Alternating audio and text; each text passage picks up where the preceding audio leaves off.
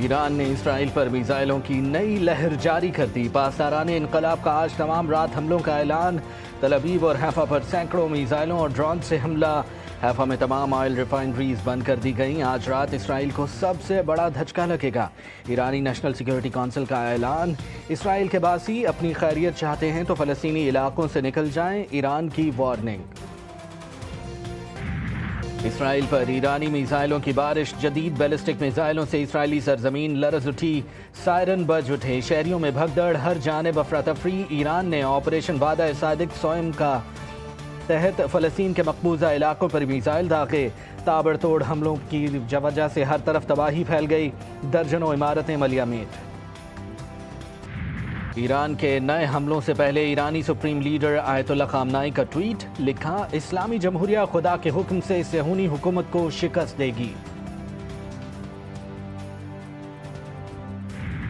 اسرائیل جارحیت سے باز نہ آیا۔ تہران اور تبریز سمیت کئی شہروں پر فضائی حملے۔ تہران سے انخلا کی وارننگ کے بعد ٹی وی چینلز اور اسپتالوں پر بھی بمباری۔ مشرقی اور مغربی تہران میں سویلین آبادی پر حملے۔ صہیونی فورسز کی تازہ کارروائیوں میں تہران کی سوا ہائی وے، کرمانشاہ میں ورکشاپ، اسپتال اور ایلام میں فائر اسٹیشن کو نشانہ بنایا گیا۔ اسرائیلی حملوں میں شہداء کی تعداد 244 ہو گئی، خواتین اور بچوں کی بڑی تعداد شامل، سینکڑوں زخمی بھی ہوئے۔ ایرانی وزارت خارجہ کے ترجمان اسماعیل بقائی کا کہنا ہے کہ یہ حملہ عسکری تنصیبات پر نہیں، اسرائیل کا ٹارگٹ خواتین اور بچے ہیں۔ ایران کے مغربی شہر کو کرمانشاہ میں واقع فارابی ہسپتال پر بھی حملہ کیا گیا۔ ٹرمپ نے بھی اپنی شفافیت ظاہر کر دی۔ اسرائیل کی مکمل حمایت اور اظہار یکجہتی۔ امریکی صدر کہتے ہیں ایران کو بات کرنا چاہیے اس سے پہلے کہ بہت دیر ہو جائے۔ G7 اجلاس کے موقع پر گفتگو میں ان کا کہنا تھا کہ ایران کے پاس 60 دن تھے، 61ویں دن میں یہ سب ہونا تھا۔ ہم نے ہمیشہ اسرائیل کی حمایت کی، وہ اس وقت بہت اچھا کر رہا ہے۔ مزید کہا ایرانی حکام کشیدگی میں کمی کے بارے میں بات کرنا چاہیں گے۔ ایران کے ساتھ ہمارا کوئی معاہدہ نہیں، انہیں ایک معاہدہ کرنا ہوگا۔ جنگ دونوں فریقین کے لیے تکلیف دہ ہے۔ امریکہ سے ایک فون کال سفارتکاری کی راہ ہموار کر سکتی ہے۔ ایرانی وزیر خارجہ عباس عراقچی کہتے ہیں ٹرمپ سفارتکاری پر یقین رکھتے ہیں اور جنگ کو روکنا چاہتے ہیں تو ایک فون کال نیتن یاہو کو خاموش کرنے کے لیے کافی ہے۔ جنگ اسرائیل نے شروع کی ہے، اگر حملے بند نہ کیے گئے تو تباہی اور خونریزی کا دائرہ وسیع ہو جائے گا۔ اسرائیلی قیادت کی ایران کو کھلے عام دھمکیاں، خفیہ طور پر جنگ بندی کی منتیں بھی۔ امریکی میڈیا رپورٹ کے مطابق اسرائیل نے مغربی مصالحت کاروں کے ذریعے ایران کو پیغام بھجوایا ہے کہ وہ اپنے جوابی حملے بند کر دے اور امریکہ کے ساتھ جوہری مذاکرات میں واپس آ جائے۔ صہیونی وزیر اعظم نیتن یاہو کا کہنا ہے کہ ہمارے جنگی طیاروں کا تہران کی فضاؤں پر راج ہے، تہران میں 2 اہم اہداف کا خاتمہ کرنے جا رہے ہیں، ہماری کارروائی بڑی ہوگی۔ ایران کی جانب سے حملے جاری رہے تو اسرائیل براہ راست تہران پر حملہ کرے گا، جس نے حکم دیا ذمہ دار بھی وہی اٹھائے گا۔ اسرائیلی وزیر دفاع اسرائیل قادس کی ایرانی عوام کو دھمکی، بولے تہران کے رہائشی قیمت چکائیں گے اور جلد چکائیں گے۔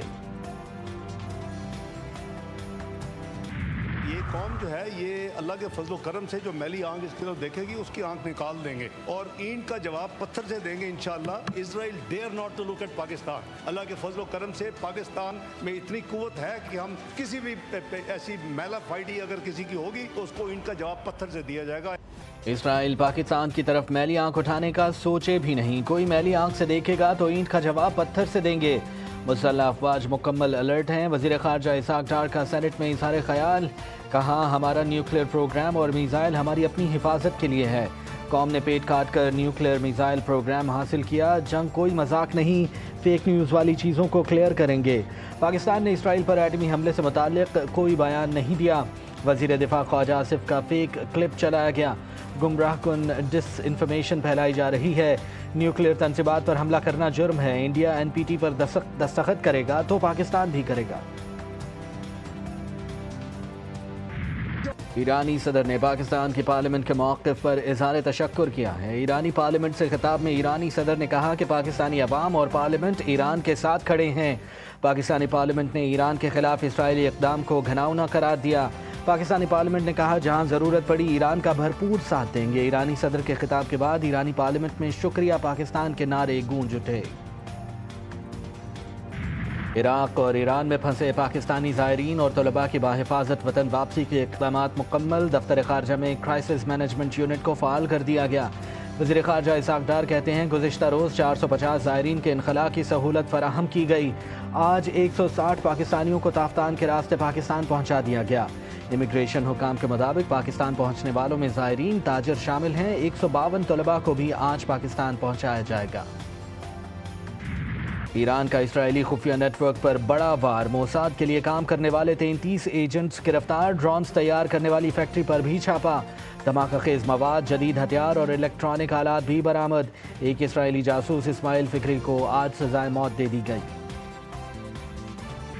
2025-26 کے مجموعی بجٹ کا تخمینہ 5335 ارب روپے ہے.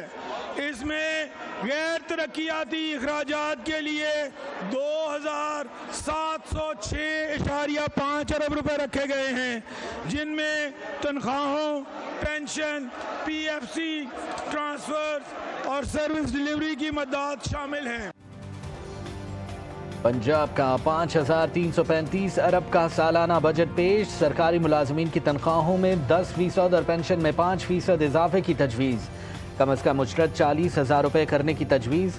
ترقیاتی کے لیے 1240 ارب، تعلیم 811 ارب، صحت کے لیے 630 ارب مختص. صوبائی وزیر خزانہ مجتبیٰ شجاع الرحمان کہتے ہیں صنعت کا پہیہ چل رہا ہے تو غریب کا گھر بھی چل رہا ہے. وزیر خزانہ کی تقریر کے دوران اپوزیشن کا شدید شور شرابہ، نعرے بازی، نون لیگی ارکان کی جانب سے مریم مریم کے نعرے. وزیر خزانہ نے بجٹ تقریر کا اختتام شعر پر کیا.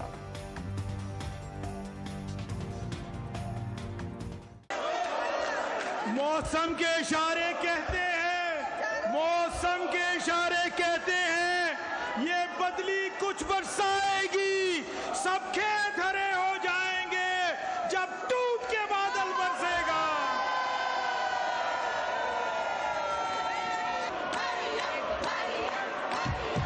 میاں صاحب فائنانس منسٹر. پائی پائی عوام کی امانت ہے، اللہ تعالیٰ کے سامنے جواب دہ ہیں. وزیر اعلیٰ پنجاب مریم نواز کا صوبائی کابینہ کے بجٹ اجلاس سے خطاب. کہا زیرو ٹیکس اور سب سے بڑا ڈیولپمنٹ بجٹ ہے. پنجاب کے بجٹ میں ایک بھی نیا ٹیکس نہ لگانے پر خوشی ہے. الحمدللہ سب سے بڑا ترقیاتی فنڈ ہونے کے باوجود کوئی مالیاتی اسکینڈل سامنے نہیں آیا. میں یہ سمجھتا ہوں کہ آج کا بجٹ پنجاب کی تاریخ کا بدترین بجٹ ہے، جس میں 1 روپیہ بھی عام آدمی کی سیفٹی کے لیے اور عام آدمی کے تحفظ کے لیے اور عام آدمی کی آسانی کے لیے نہیں رکھا گیا. پنجاب اسمبلی میں اپوزیشن لیڈر نے بجٹ کو بدترین قرار دے دیا. ملک احمد خان بچر کہتے ہیں بجٹ میں غریب کو ریلیف نہیں دیا گیا. حکومت نے کسان کی گندم نہ خرید کر آٹا سستا کیا، 20% ٹیکس لگایا اور 10% تنخواہوں میں اضافہ کیا. بجٹ بنانے میں حکومت کا کوئی کردار نہیں، یہ سب الیکشن کروا لیں پھر دیکھ لیں. ایک طرف ایران سے جنگ، دوسری جانب غزہ پر وار بھی جاری. صہیونی فوج کی وحشیانہ کارروائی میں 59 فلسطینی شہید. مرنے والوں میں کھانے کی تلاش میں نکلنے والے 40 افراد بھی شامل. صہیونی فوج نے مرکز، جنوب اور شمال مشرقی غزہ کے امدادی مراکز کو قتل گاہ بنا دیا. بیت اللہ، نصیرات اور کیمپ اور جنوبی غزہ پر بھی اسرائیلی حملے. کئی گھر ملبے کا ڈھیر بن گئے. 27 فلسطینی لقمہ اجل بنے. وزیر اعظم نے ٹیکس فراڈ پر گرفتاری قانون میں سرمایہ کاروں کا نرمی کا مطالبہ مان لیا. وزیر اعظم کے نئے فائنانس بل میں متنازع قانونی شق میں ترامیم کی ہدایت. نئے قانون کے تحت ٹیکس فراڈ کی آڑ میں کمپنی کے CEO کو گرفتار نہیں کیا جا سکے گا. اسٹیٹ بینک کی جانب سے نئی مانیٹری پالیسی کا اعلان. شرح سود 11% برقرار. جون 2024 سے اب تک شرح سود میں 11% کمی کی جا چکی. اسٹیٹ بینک کا کہنا ہے کہ مئی میں افراط زر 3.5% توقعات کے مطابق رہی. گزشتہ ماہ مہنگائی میں معمولی کمی دیکھی گئی. پاک ایران سرحد کی بندش کے باعث LPG مہنگی. قیمت میں یکدم 60 روپے فی کلو کا اضافہ کر دیا گیا. LPG 240 روپے فی کلو سے بڑھ کر 300 روپے فی کلو پر جا پہنچی. گیس مہنگی ہونے کے باعث گھریلو اور کمرشل صارفین کی مشکلات میں اضافہ۔ کوئٹہ سمیت بلوچستان کے مختلف علاقوں میں پیٹرول کا بحران تیسرے روز بھی جاری۔ شہری پیٹرول کے حصول کے لیے در در کی ٹھوکریں کھانے لگے۔ انتظامیہ کا کہنا ہے کہ پیٹرول کا بحران 2 روز میں ختم ہو جائے گا۔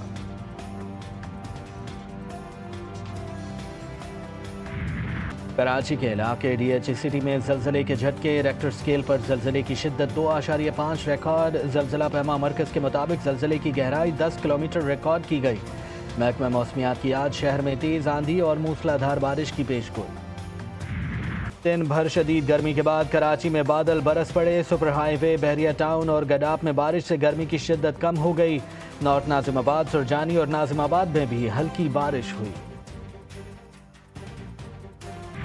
وزیر اعلیٰ سندھ کا باکسر عالیہ سومرو کے لیے دبئی ٹورنامنٹ کا اسپانسرشپ اعلان۔ عالیہ سومرو بین الاقوامی باکسنگ ایونٹ میں بھارتی حریف کے خلاف میدان میں اتریں گی۔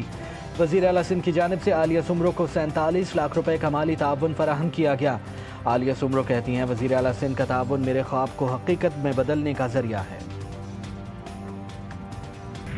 6 ماہ میں ہر کرکٹ میں رزلٹ آئیں گے، چاہے مینز ہو یا ویمن۔ کھلاڑیوں کے لیے چیلنجز بے شمار ہیں، انہیں اس کے لیے تیار رہنا ہے۔ پی سی بی کے director high performance Aqib Javed کی لاہور میں میڈیا سے گفتگو۔ کہا، بابر اعظم ہو یا کوئی اور، پرفارمنس سے اس نے کھیلنا ہے۔ سکلز ڈیولپمنٹ کیمپ کا پہلا روز ہے، یہ نیشنل کرکٹ اکیڈمی کی بحالی ہے۔ گیری کرسٹن نے دوبارہ پاکستان کی نمائندگی کی خواہش ظاہر کر دی۔ سابق کوچ گیری کرسٹن نے برطانوی میڈیا کو انٹرویو میں کہا، پاکستانی ٹیم کی کوچنگ سے متعلق چند مہینے ہنگامہ خیز تھے۔ بہت جلد محسوس کر لیا تھا کہ یہاں کام کرنا مشکل ہو جائے گا۔ اگر پاکستان ٹیم کی کوچنگ کے لیے بلایا گیا تو ضرور جاؤں گا۔ آئی سی سی ویمن ورلڈ کپ کا شیڈول جاری۔ افتتاحی میچ 30 ستمبر کو بنگلورو میں کھیلا جائے گا۔ ایونٹ پاک بھارت میچز ہائیبرڈ ماڈل کے مطابق رکھے گئے ہیں۔ پاکستان ویمن کرکٹ ٹیم اپنے تمام میچز کولمبو میں کھیلے گی۔ پاکستان اور بھارت کی ٹیمیں 5 اکتوبر کو کولمبو میں مد مقابل ہوں گی۔ کوالالمپور میں F I H Nations Cup کے دلچسپ مقابلے۔ پاکستان نے جاپان کو 2 کے مقابلے میں 3 گول سے شکست دے دی۔ فتح کے ساتھ قومی ٹیم گروپ میں پہلی پوزیشن پر آ گئی۔ ٹورنامنٹ کے سیمی فائنلز 20 جون کو ہوں گے۔